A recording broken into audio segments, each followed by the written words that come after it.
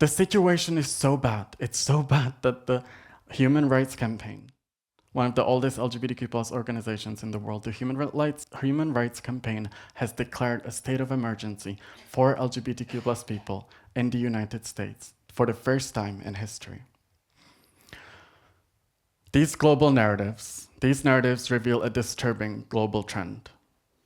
The anti-gender movement is embarking on a systemic erasure of our identities and our rights. And let's not mince our words here. They are fascists. And our democracies are in danger. And every election, we're one vote away from losing our rights and from losing hope that things will get better.